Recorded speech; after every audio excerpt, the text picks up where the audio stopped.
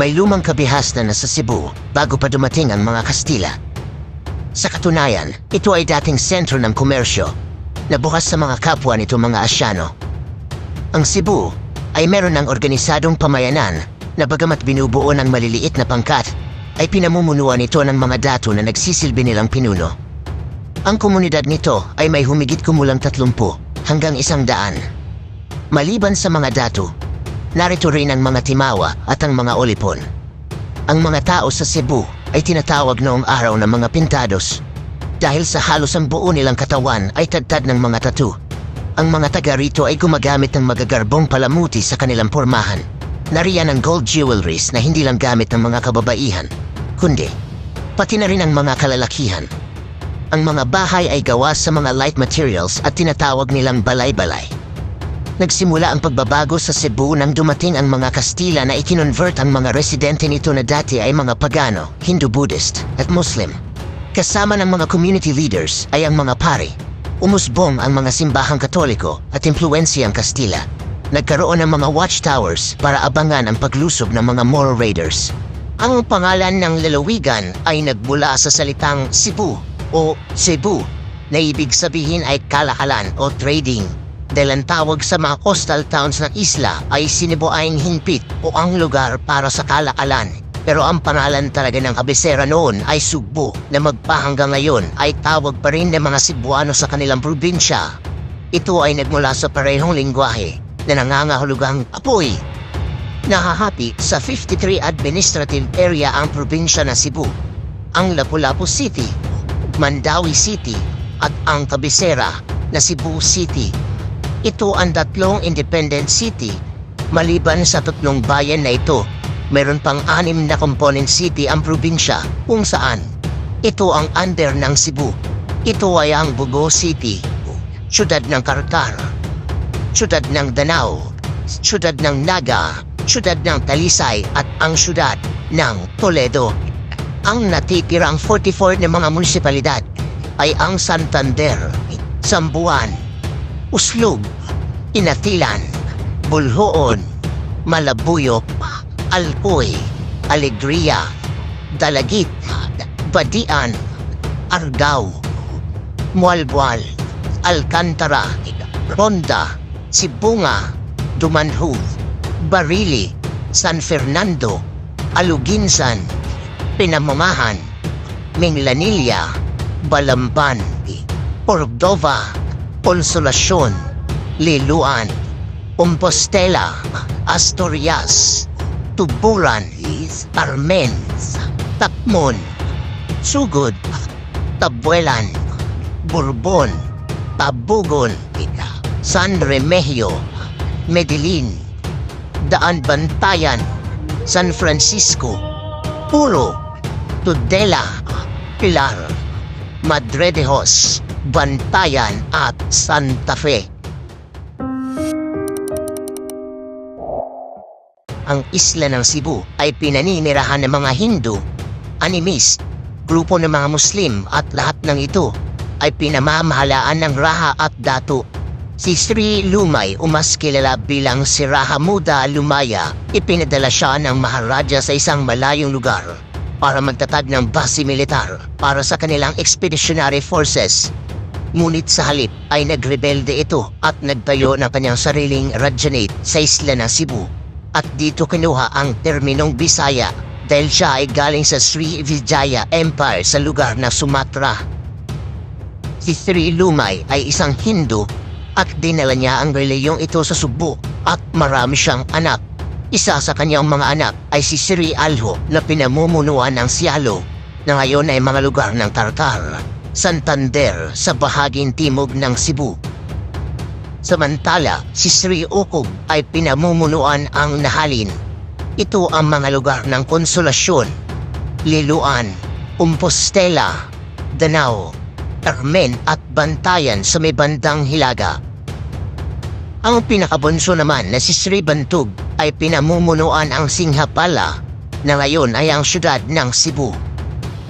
Nang namatay si Raja Muda Lumaya ay pinalitan siya ng bunsong anak na si Raja Bantug.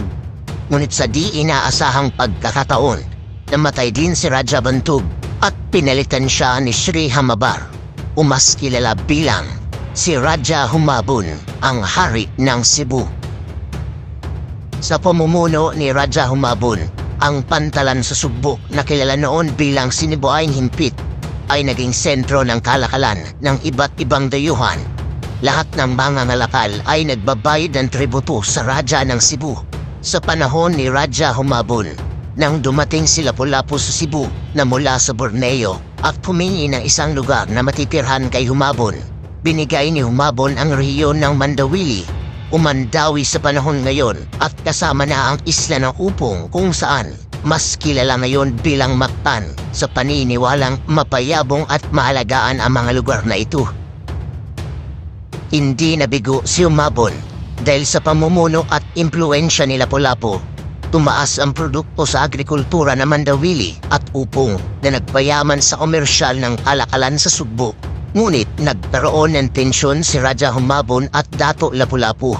Nang si Lapu-Lapu ay namimirata, nagsimula itong mga atake ng mga barko sa lugar na dumadaan sa isla ng Upong. Kaya dito kinuha ang pangalan ng Mactan na mangatang o nag-aabang sa Tagalog. 1521, sa pagdating ni Ferdinand Magellan, naghahanap si Humabon ng paraan upang maputol ang hidwaan na namamagitan sa ibang mga pinuno at ang mga Espanyol ang nakita niya sagot para dito. Nagregalo ng rebultong Hesus si Magellan sa asawa ni Humabon na si Hara Humamay, ang reyna ng Cebu. Nagkaroon ng sanduguan ang Raja at si Magellan at gumawa ng kasunduan na magtulungan sa kahit anong bagay at nagpabinyag ang Raja sa Katolisismo bilang patunay ng kanyang pakikipag-alyansa sa mga Espanyol. Sa pagbinyag ni Raja Humabon, pinangalanan siyang Carlos at Juana naman ang pinangalan sa kanyang asawa. Agad ipinag-utos si Carlos sa ibang mga pinuno sa Sugbo na sundan ang kanyang ginawa. Sumang-ayon ang lahat maliban kay Dato' Lapu-Lapu. April 27, 1521, ang digmaan sa Mactan. Ayon sa sulat ni Antonio Pigafetta, 49 ang bumaba sa barko kasama si Magellan para kumprontahin ang mga nitibo sa baybayin dahil hindi sila makalapit gawa ng maraming bato at hindi din abot ng kanilang mga kanyon. Nang marating nila ang baybayin ay agad namang pumorma ang mahigit 1,500 na mandirigma ni Lapu-Lapu at dito nagsimula ang matinding labanan. Namatay si Magellan sa labanang ito at hindi nila nasakop ang isla. February 13, 1565 ay mas preparadong mga Kastila ang sumumbok sa Cebu sa pangunguna ni Miguel Lopez de Legazpi. Nagtagumpay siya sa pagsakop sa Mactan at nanirahan ng 4 na taon. Itinatag dito ang unang permanenteng pamayanan nila na pinangalan ng Villa de San Miguel de Cebu at pagdating ng panahon, naging Santissimo Nombre de Jesus. Isang mandirigmang binansagang Leon Quilat na si General Pantaleon Villegas ang nanguna sa pag-aalsa laban sa mga Espanyol sa Cebu. April 8, 1898, namatay si Pantaleon Villegas pero nanalo pa rin ang mga Cebuano laban sa mga Kastila kahit pinatay ang kanilang general. December 25, 1898, sa unang pagkakataon sa loob ng 300 taon, ibinaba ng mga Kastila ang kanilang watawat sa Cebu at ipinalit ang bagong watawat ng Pilipinas sa ilalim ng revolutionary government ni General Emilio Aguinaldo. Tuluyang nagsialisan ang lahat ng mga Kastila sa Cebu, dala ang kanilang mga gamit sakay ng isang barko at bumiyahe palayo sa lugar at dumiretso sa Iloilo, Zamboanga. Ngunit 2 buwan ang nakalipas, dumating naman ang mga Amerikano na siyang nagsimula ng panibagong pakikibaka para sa kalayaan ng bansa. Kasagsagan ng ikalawang digmaang pandaigdig ayon sa sulat at libro ni Colonel Manuel Segura na pinamagatang Abunan na napublish noong 1975. Ang pillboxes ay ginamit noong Japanese landing sa may Pinamungahan noong April 1942 kung saan Ang tropa ng mga Hapon ay may bilang na 3,000 na nakarating sa lugar. Ang ibang grupo ay sa Talisay. Ang iba ay sa Argao, habang ang iba ay sa May Sibunga. Ang Ilihan Hill kung saan ang lokasyon ng mga pillboxes ay ang lugar ng labanan. Sa panahon na yon, may intelligence report ang mga Hapon na ang Visayas Command of Yosafe ay nakabase sa lugar. Dahil dito, nagkaroon ng matinding labanan. Dumanak ang dugo sa lugar hanggang sa may Magdugo Plain na ngayon ay ang barangay Don Juan Climaco. Sa panahon ng mga Amerikano, ang Cebu ay naging chartered city noong February 24, 1937 sa pagsisikap ni Senador Vicente Rama. Kung hilig niyo po ang ganitong paksa, ito na po ang pagkakataon para mag-subscribe at tumutok sa mga ihahandog pa nating pagtatanghal tungkol sa pinagmulan ng mga lugar sa bansa. Ako po si Yuan at ito ang Nung Araw Channel. Hanggang sa muli po, paalam.